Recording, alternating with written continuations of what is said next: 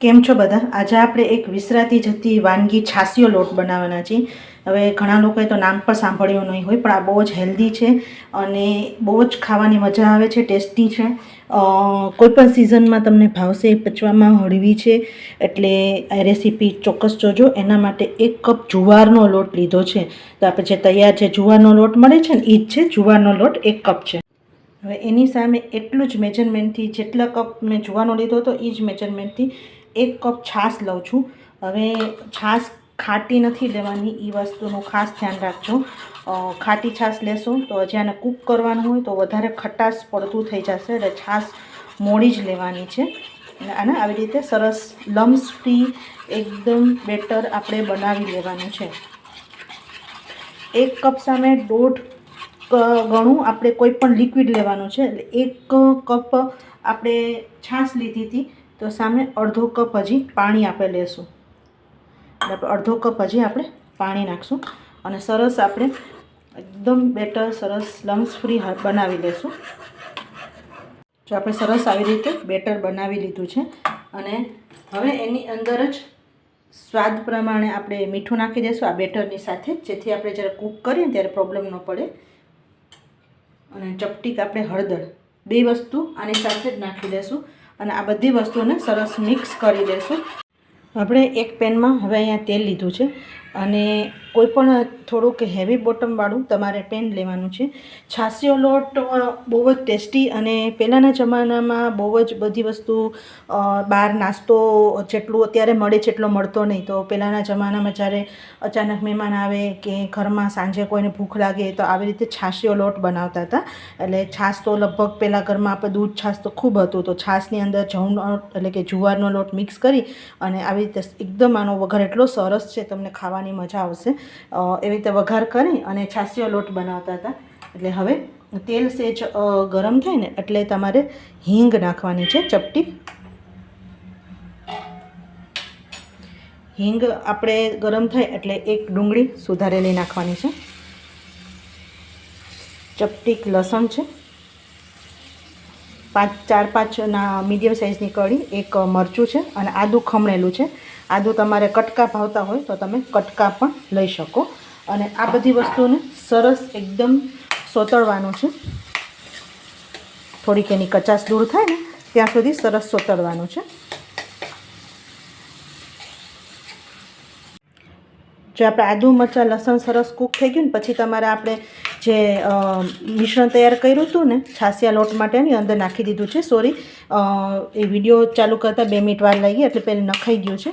અને હવે આને બિલકુલ સ્લો ટુ એકદમ ફ્લેમ ઉપર કન્ટિન્યુઅસ આને ચલાવતા કૂક કરવાનું છે. આપણો લોટ જેમ કૂક થશે ને એટલે તમને સાઈડમાંથી પેન છોડતા જશે. અને મીડિયમ એકદમ રાખવાનો છે ફ્લેમ. જો ફાસ્ટ ગેસ કરશો ને તો લોટ બળી જશે, કાચો રહેશે અને તમારો છાશિયો લોટ છે ને સરસ કૂકડ નહીં થાય. એટલા માટે અને સરસ આવી રીતે હલાવતા તમારે છાશિયો લોટ કૂક કરવાનો છે. જેમ કૂક થશે એટલે તમને ખ્યાલ આવી જશે. જો છાશિયો લોટ કૂક કરો ને એમાં થોડું તેલનું પ્રમાણ રાખજો, ન તો છે ને જવારનો લોટ હોય ને એ આપણને થોડોક ડ્રાય લાગે એટલા માટે. અને આવી રીતે સરસ કૂક કરવાનું છે. હજી છાશિયો લોટ થયો નથી, આપણે સરસ કૂક કરવાનું છે. જો તમને એવું લાગશે કે આ બધું પાણી તો શોષાઈ ગયું છે, પણ ના, હજી એકદમ પેન છોડે અને જે આપણે તેલ નાખ્યું હોય ને એ આપણને ઉપર થોડું ગ્રીસ જેવું દેખાય જો ત્યાં સુધી કૂક કરવાનું છે. અને હજી આના ઉપર એક સ્પેશિયલ વઘાર પણ આવે છે, એટલે હજી છાશિયો લોટ થયો નથી અને આને કૂક કરવાનું છે એકદમ સરસ.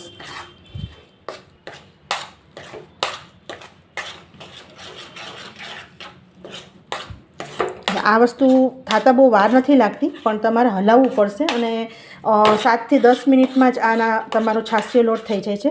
પણ તમારે માથે ન રહ્યો ને તો તમારો છાશિયો લોટ સરસ ન થાય. એટલા માટે જો સરસ આપણે હલાવી ગયું છે ને, હવે આપણે એને ઢાંકીને 2 મિનિટ માટે કૂક કરશું અને એકદમ સ્લો ફ્લેમ રાખશું. સ્લો ફ્લેમ નહીં રાખવો તો નીચે બળી જશે.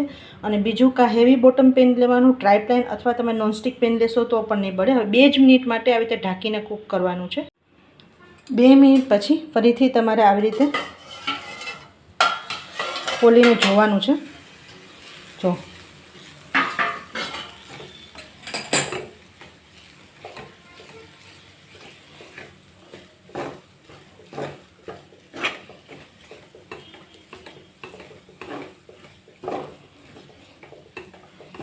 અને ફરીથી આવી રીતે હલાવવાનું છે.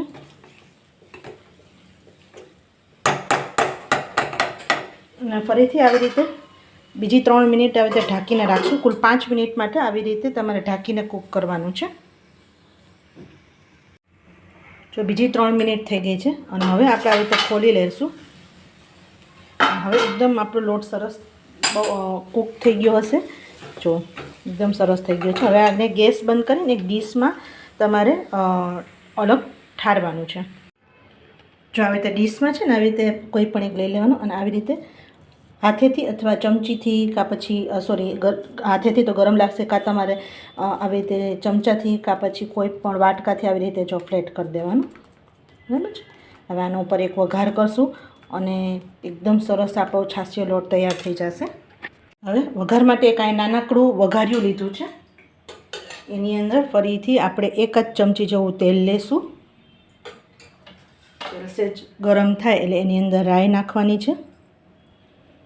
રાઈને સરસ તતડવા દેશું. જો રાઈ સરસ તતડવા માંડી છે એટલે ક્રેકર થવા માંડી છે. હવે એની અંદર જીરું નાખશું. હવે આ સમયે ફરીથી જો કોઈને લસણ નાખવું હોય કટકા કરીને અને એકદમ ઓલું તળેલું લસણ જેવું નાખવું હોય તો નાખી શકો, પણ આપણે અંદર ઓલરેડી લસણ નાખ્યું છે. ઉપરથી નાખવું હોય તો ફરીથી નાખી શકશો. લીમડા નાખવાના છે અને આપણે મરચાંના આવી રીતે કટકા નાખ્યા છે અને બધાને સરસ આપણે હલાવી લેશું.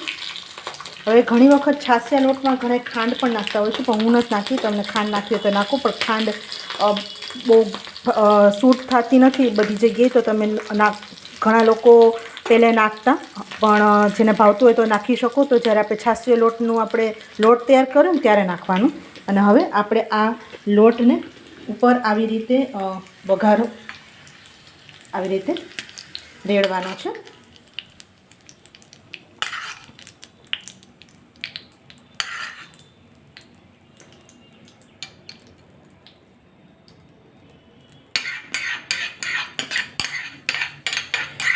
એકદમ પચવામાં હળવો, ખાવાની એટલી તમને મજા આવશે. અને પ્લસ નાસ્તામાં તો મજા આવશે, પણ લાઇટ ડિનર કરવું હોય ને તો પણ આ છાશિયો લોટ તમારા માટે પરફેક્ટ રેસીપી છે. મિત્રો, મારો લોસ્ટ અને ટ્રેડિશનલ રેસીપી જે ચેનલ છે એનો મોટો એ જ છે કે આપણી જે જૂની પરંપરાગત અને પ્લસ ટ્રેડિશનલથી જે રેસીપી આવી રહી છે, ઘણા પ્રાંતની જુદી જુદી ટ્રેડિશનલ રેસીપી છે, તમારી સાથે તમને શેર કરું. જો તમને ગમ્યું હોય અને આ તમને ચેનલ હજી સુધી વિઝિટ ન કરીએ, સબસ્ક્રાઈબ કરી લેજો, કારણ કે સબસ્ક્રાઈબ કરવું બિલકુલ ફ્રી છે. આવજો.